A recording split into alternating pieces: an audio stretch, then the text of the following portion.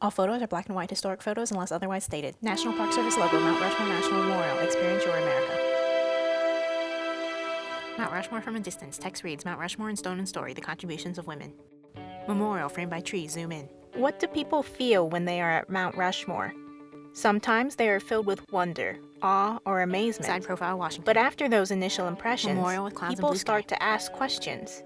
How was it built? Close-up Roosevelt. Why? And by Long who? list of names engraved to Rushmore workers, 1927-1941. Nearly 400 workers helped to make the memorial a reality. Photo man on mountain.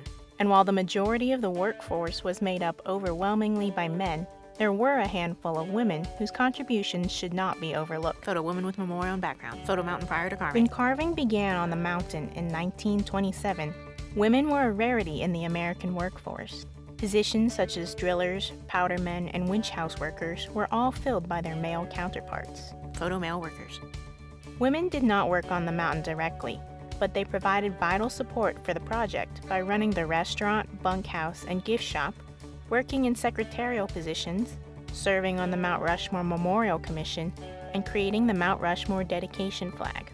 Photo man in front of building with sign directing to dining room. When workers needed a meal or a place to stay, they were always welcome at the bunkhouse and dining room. Photo from tram pointing out bunkhouse. Located at the base of the mountain, the operation was run by Gladys Swenson and her sister Melba. The Swenson sisters. Gladys ran the boarding house, Melba worked in the boarding house, Carol worked in the gift shop. A meal cost 35 cents, and you could get room and board for $1. Photo building with restaurant sign. The operation employed several cooks and waitresses throughout the years. Sylvia Berg recalled about the bunkhouse in an interview. Well, they had a wood stove in the middle, and they had a great big room. And they had a big, long table in there for as many guys as they served. Then, in the summertime, they'd add a few more tables because a lot of the tourists would come down there for little snacks. Photo Carol and two men in front of studio model. A small gift shop was located in sculptor Gutzon Borglum's studio. 3 photos of Carol. Carol Swenson and May Wilcox managed the shop and answered visitor questions. Group photo pointing out May. Highlight Jean's name on the engraved list of workers. Jean Phillips was responsible for correspondence and payroll. She made $108 a month. During the Depression, while the average American household tried to support their family on $1 a day, Phillips earned a decent wage. Portrait Borglum with work on memorial behind. Borglum, known for being brilliant but sometimes temperamental, often fired and rehired his workers. Phillips is said to hold the record, having been fired and rehired approximately 17 times. Service record card with position and salary listed. Maxine Wasser, Miriam Hicks, and Ellen K. Kirk served as stenographers for the Mount Rushmore Memorial Commission and made $65 to $75 a month. The commission, responsible for overseeing the colossal sculpture, was composed of all male members, with the exception of Laureen Jones Spoots. Photo commission with Laureen. Many of the women who contributed to Mount Rushmore either met their husbands while working or had other family members who also worked on Mount Rushmore. Highlight Elizabeth's name on the engraved list of workers. Elizabeth Champion Bear was one such worker. Both her father and her brother were employed at Mount Rushmore, and she herself worked in the restaurant in 1935. As a child, with her father already employed by Borglum, Bear recalls that Borglum would often pick her and her siblings up and drop them off at the schoolhouse. Her sister Margaret said, "He enjoyed us kids," she added. "He would pass us up, and then we'd fight for who was going to sit on his lap." Full engraved list of workers. Aside from those who were directly employed through the Mount Rushmore project, there were the wives of the workers who took care of the day-to-day family life as their husbands worked on the mountain.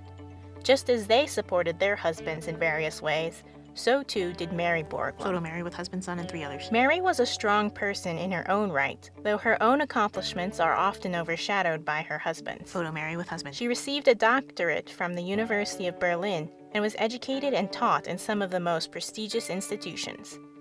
Photo Mary with husband, son, and daughter. She supported her husband both in life and even after his death, as she continued to promote her husband's legacy by co-authoring the book Give the Man Room.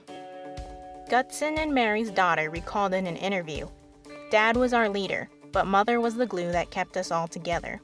She continued, "I don't think he would have been the person he was without her because she was a very steadying influence upon him." Color photo flag laid out on the floor with workers inspecting and cleaning. One of the most visible and tangible contributions that women made toward Mount Rushmore was the creation of a 39-foot by 67-foot flag. Photo flag covering part of Roosevelt. The Rapid City Women's Club, headed by Mrs. C.C. Ward and Mary Borglum, sewed the flag that was used at each dedication.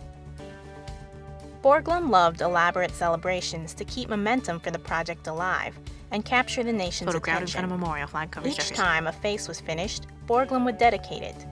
These dedications featured grand spectacles such as ceremonial blasts of dynamite, musical entertainment, speeches, and once even floodlights. Photo flag over Lincoln. One thing that was consistent throughout each of the dedications was the use of the same flag to cover and subsequently unveil Photo each flag face. draped over hotel front. Prior to the dedication of George Washington in 1930, the flag was draped over the Alex Johnson Hotel, located in nearby Rapid City. Present day hotel. Newspaper article and photo of flag. At that time, it was considered the largest flag in the world.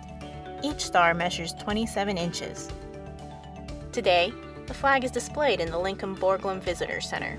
Visitor Center interior shows flag display. It is important to remember all the people who contributed to the memorial. Sunrise and clouds over Mount It Rushmore. is easy to find information on the men who worked on the project, but it is equally important to recognize the women. Memorial with blue sky. Their contributions help fill in the larger story of the memorial. Text reads, dedicated to the women who helped make Mount Rushmore a reality. Dorothy Anderson, Elizabeth Champion Bear, Sylvia Berg, Alice Blahnik, Mary Alice Borglum, Mary Montgomery Borglum, Christine Flick, Arlene Hammond, Miriam Hicks, Alan Kirk, Melba Swanson Payne, Carol Swanson Payne Pope, Jean Mitchell Phillips, Irene Flick Shy, Lorene Jones Spoons, Gladys Swenson Halstead Spots, Mrs. C.C. Ward, Maxine Wasser, May Hill Wilcox, and all the wives of the workers. Royalty-free music going higher, BENSOUND.com.